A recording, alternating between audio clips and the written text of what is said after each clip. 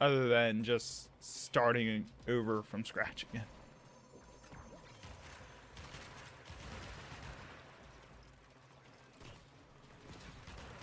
That's the reactor. Expose its core and destroy it. Oh my god, so many bad things.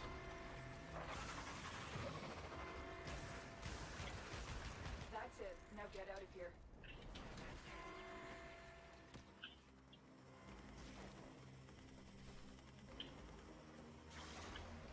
Oh, hi, viewer. We're just kind of hanging out while we wait for people to show up. Or like super casual trash. Yep. We the bads. Yeah. Carry me, senpai. Oh my.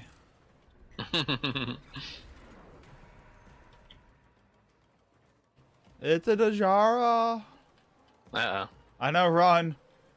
There goes the neighborhood. I'm prepared to be judged.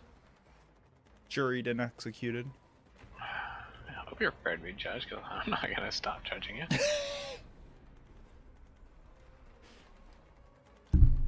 So yeah, so right now our it probably is a test market, but I love these flavored Diet They Cokes. sound good. Like, yeah, I've tried the other Diet Coke, so. Which is funny because I hate Diet Coke. I prefer Pepsi personally. But these I like Coke Zero, actually. these flavored ones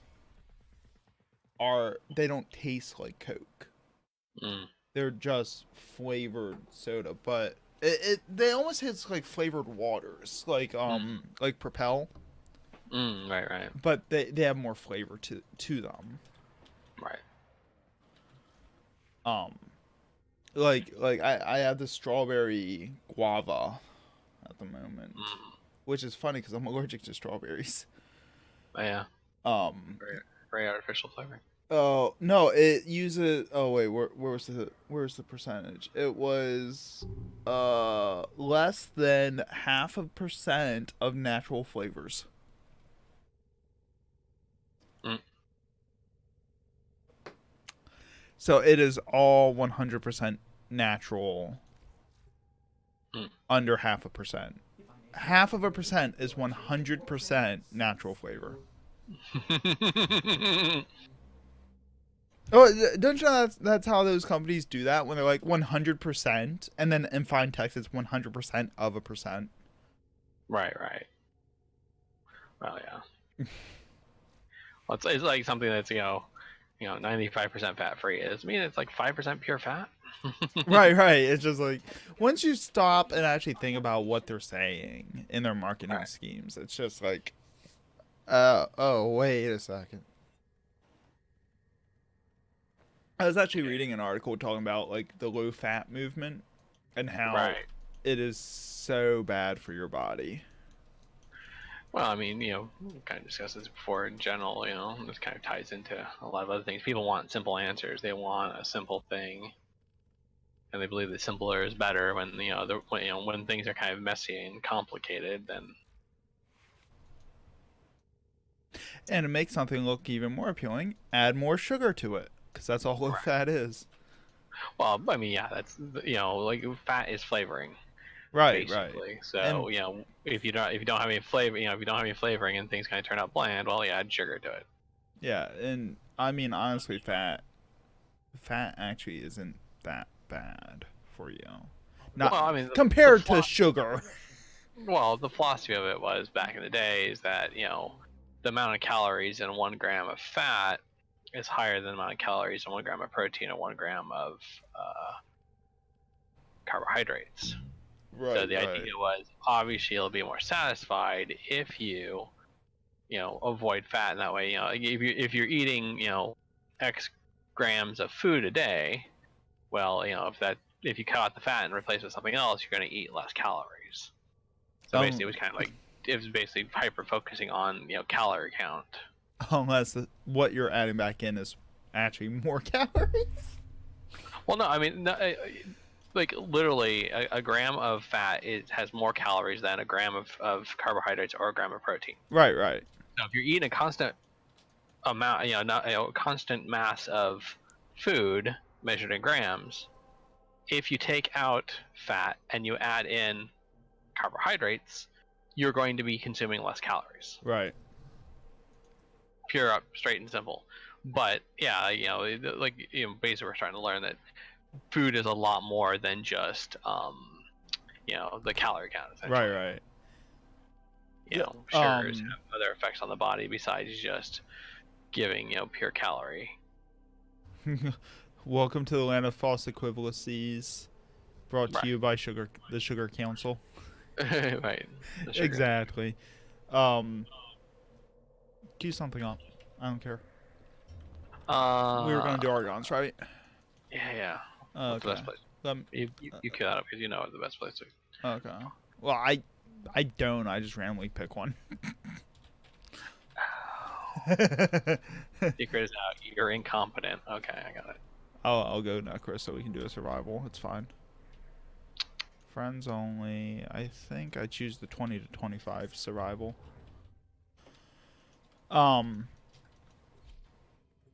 Yeah, it's like it's because people don't think about the biochemical processes that digestion actually goes through. Right. Well, I mean, like, again, people like simple things, and they don't want to, like, even even experts, the theoretical experts, don't always know, exactly what the body's doing, how it's working. Well, let alone, like decent approximations. It all depends on who's paying them to say what. Well, that too, but I mean, we know so little about neurochemistry and things like that. I mean, we have a general idea, but there's still a lot we don't understand. And this is kind of like one of the downsides of science, is that because science is so absolute, we have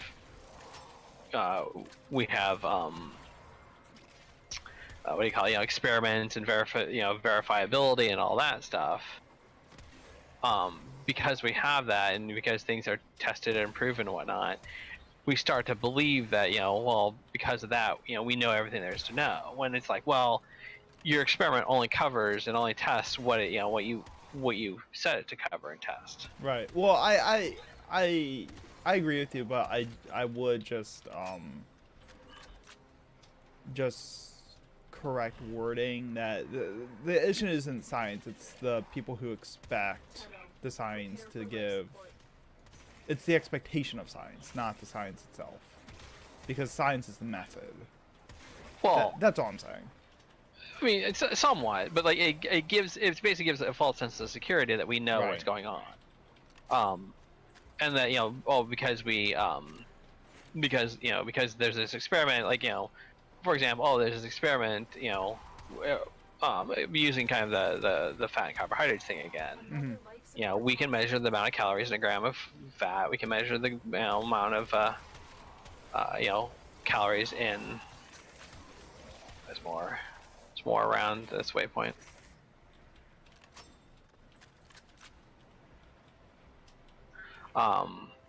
So basically, we it's easy to kind of be led into this assumption, well, we can measure these things, so therefore we know how this works. Right. When there's a lot of subtlety to it, like you said, how the digestive system works. It's more than just calories in, calories out. Like people really wanted to believe for a long time. All those byproducts, they matter. Right. Actually, I was I started watching podcasts to learn how to make a podcast. Right. How to podcast? Yeah. Just to figure out podcasting. Just to figure out the blocking and the editing and how people edit things together, and best way to learn is to study. Right. No, I get you. And one of the guys that I watch a lot of is the Joe Rogan Experience. I think I've talked about him before, maybe not on stream, but he's just one of those Hollywood guys that can basically just do everything. Like he acts, I think it was he did MMA for a while. He commentates for the UFC, stuff like that. It's really interesting to actually look into his career history. But he does a podcast where he, just brings guests on that are relevant for whatever, and they talk for a few hours. It's actually a lot of fun to watch. I watch it a lot. I started watching it just for entertainment because I just like his voice. It's soothing. Right. It's really easy to just kind of like listen to and chill out and enjoy. But he's a giant pothead. This is the point that I'm trying to get to. He's a giant fucking pothead. He admits it. He lives in California. It's legal there, so he can talk about it. And one thing he was talking about was the digestive system and the difference between inhaling marijuana and digesting marijuana and the different byproducts that are made. Because when you inhale weed, you get THC through mechanisms, but when you digest it, you get a more potent byproduct that's like 6 times more potent than THC. I forget the name of it. It's a it's a biological molecule I can't think of. Right. And I'm just like, that's scary because intuitively inhalation's more potent than digestive because usually intake. Right, because usually because it's the a body faster process. Right, it gets to the bloodstream faster. So, but speed does not necessarily equal magnitude of effect. Right, because it gets processed in the liver instead, it stays there, and it just builds in potency as it gets processed through. There's some argon crystal somewhere near my waypoint. Okay. And just what we were talking about just made me think of that because it's relevant. It's just like intuitively you wouldn't think so, but because of biological byproducts. Right, but what I'm saying though even goes beyond that, where like it's kind of goes to a management thing where what you measure is what people will approve on. Right. And that's kind of the part of the point here is like if you run an experiment that tests for X and you verify X, well that can kind of give you a bit of a false sense of security, like I said, that we believe everything there is to know about this. When kind of like say we say you do an experiment that that shows the potency of the amount of marijuana smoked over time and whatnot, and then you're like, okay, well we know everything there is about marijuana, except for when you eat it. Right. When you consume it, when it's digested, it's a completely different process. And so and part of this is because science is so much about we understand this, it's tested, it's verified, it's we have the scientific method to do these things. Part of it is because that's the way science works. It kind of gives us the. I mean, and I'm not saying everybody does this, but for a lot of people, it kind of becomes a bit of a false religion almost. Where it's like, okay, we understand this thing completely because scientists who ran these experiments, and it's like, well, no, scientists, I think good scientists kind of understand that they know we're measuring X, so let's let's not make assumptions beyond that.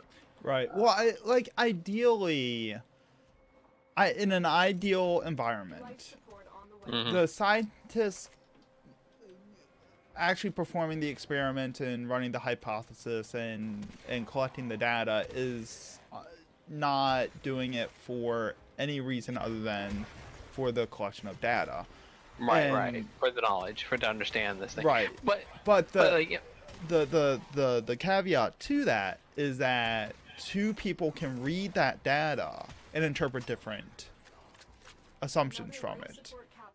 Right. Well, yeah, the interpretation is different, especially if there's, if it requires any sort of, human input to interpret it. One of the things whenever I get into this topic with people, because I'm a science person, well, I'm oversimplifying it because if we're gonna talk about this would be an entire podcast. This is not the main subject. We're just bantering. So I'm oversimplifying just for the sake of. Right. This is not our main subject tonight. This is just us just riffing. Right.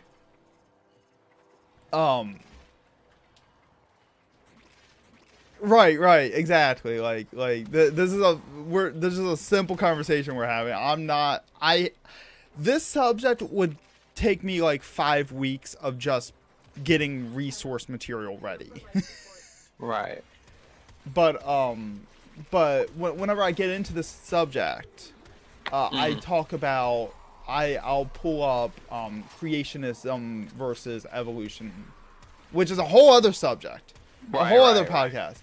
But just how creationists and evolutionary scientists will take similar data points and completely skew them in 2 different directions. Right.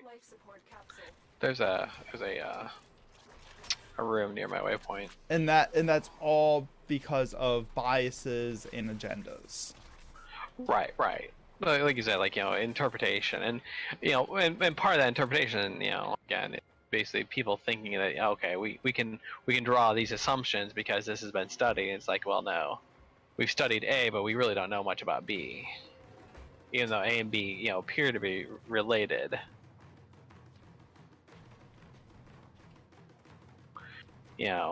People, a lot of times people will say, oh, well, obviously this is something we can understand in this way because.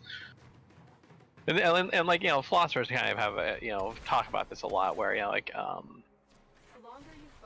you kind of have a you kind of have almost like a religious reverence for the scientific method, even though people kind of don't realize that there is a weakness in how humans apply it. Let me pull up what Dejar is talking about. Why published research findings are false. Why most published research are false.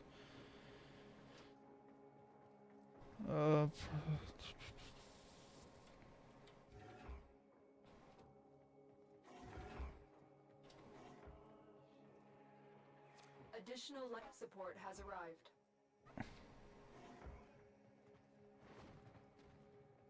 Should probably get out of the main area and speed up things. We're down to 40%. Yeah, sorry, I'm like trying to read what Dejar linked because it's not that. Fine. We'll just die.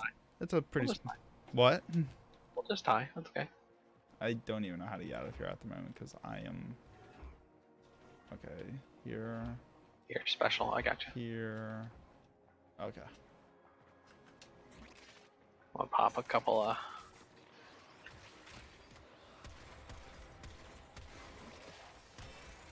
Life support has been replenished. When there's greater.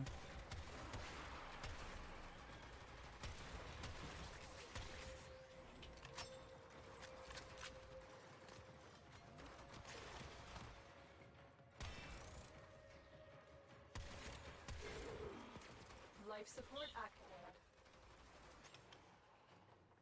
Life support incoming. Right. This is about the article is about biases and how if I'm just giving a brief skim. Correct me if I'm wrong. I'm doing a few several things at once here. Look, I don't want to correct you because you're wrong, because I want you to talk occasionally too. But yeah, so this was in my thinking muscle as I was talking, but I do get what you're saying, Dejara.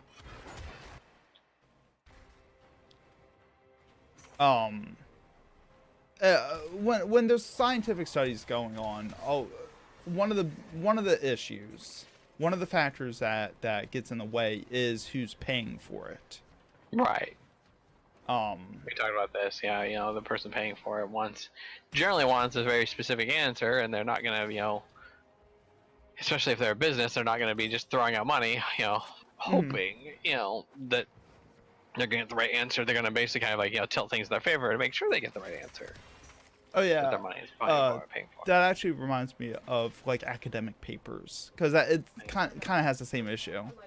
The biases of the institutions that are publishing the papers. Right.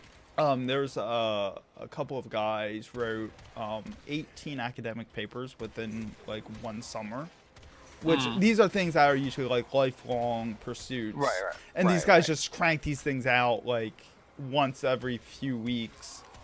Right. And several of them got published because they just pandered, basically, with no actual factual, references or anything. Right. They said the correct thing, that played to the institution wanted to hear. Yeah. Right. One of them was, I think we talked about this in the past. These guys actually popped up on one of the podcasts talking. I didn't know who they were until I heard what they were talking about. I'm like, oh yeah, we talked about this at one point. They took Mein Kampf and substituted Jews for men and published it to a feminist bias university. Right. Like we have publisher, And they published it. Because they're like, oh my god, it's so revolutionary. Oh my god. Right. Like, oh my. And they flat out, admitted, this is Mein Kampf, guys. Like. Right. Yeah. It reminds me of this one. I forget the comedian, but he talks. He has this little bit where he's talking about like he keeps on saying things. He says, oh we need to protect the children, so the only answer is to arm the children. Like school shooters come in, and they're not gonna be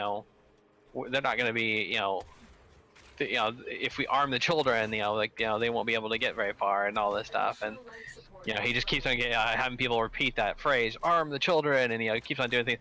Well, I'm sitting here listening to the bit because a friend of mine wanted me to listen to it. I'm sitting here listening to the bit. I'm like getting vaguely uncomfortable. I'm like, I don't think I want to give kids guns, thank you. Oh yeah. At the end of it, that was kind of the point of the joke. He's like, now you know how the Nazis happened. Right. Yeah, that Sacha Baron Cohen, the actor comedian. Right. He did a bit where he got he interviewed a senator. Right. And got him to say, oh yes, we need children to carry guns in school. Right. On interview, and then published it everywhere. And right. It's just like, what just happened? Right. What kind of craziness is this? And the senator, immediately, as soon as he realized what the fuck was happening, just like, oh no, I didn't. He said it was for a bit. Right. I was tricked. Just like, no, you literally said this, like. Right. It's so funny, and that shows the fallacy of just people in general too. Like, how easy it is to get people to start thinking abhorrent thoughts. Right. Just through suggestion. Right. Oh my goodness. Dejar's just linking all sorts of fun stuff that I can't really look at right now. What have I done given Dejara linking rights? What have I done? No, I love it when you share information, Dejara. Thank you. That's one of the things I want. No, it's really good. I pushed a button. Oh no. No, that's what I want to see out of this podcast. Just thinking, just getting people to think and share information, share references. That's what I love.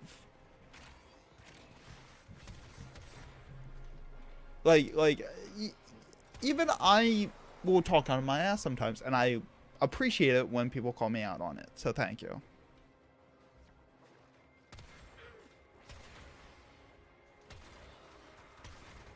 Okay, so do we actually want to talk about what we are arguably we're supposed to talk about today. I don't know. I think we triggered Dejara. Yeah. I don't know. I'm a little scared now. What do we do? Yeah. So what? Let's hit the timer. Where is it? I lost it. There it is.